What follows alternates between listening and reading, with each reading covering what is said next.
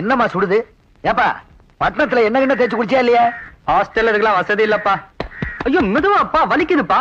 இல்ல இந்த காலத்து பசங்களே அப்படித்தான். லேசா தட்டினா கூட அங்க வலிக்குது இங்க வலிக்குதுன்னு சொல்லுவீங்க. ராசே, உன் வயசுல நான் எப்படி இருந்தேன் தெரியுமா உனக்கு? எப்படி இருந்தீங்க? உங்க அப்பனை பார்த்தா அலங்காநல்லூர் ஜல்லிக்கட்டு கால கூட புல்லு கட்ட தேடிட்டு ஓடுண்டோய். கிளவி சும்மா பழசெல்லாம் நினைச்சு கனவு காணாத.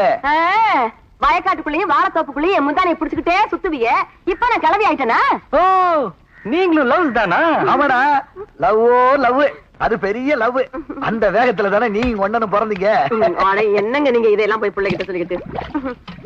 ஆத்தா, உர ஊத்துறதுக்கு கொஞ்சம் மோர் தெரியலா? அடே ஆத்தா இங்க இருக்க, அங்க என்ன பார்வை? அதானே பாட்ட சாட்டமா வயசு பையன் ஒருத்த வீட்டுல இருந்த கூடாது.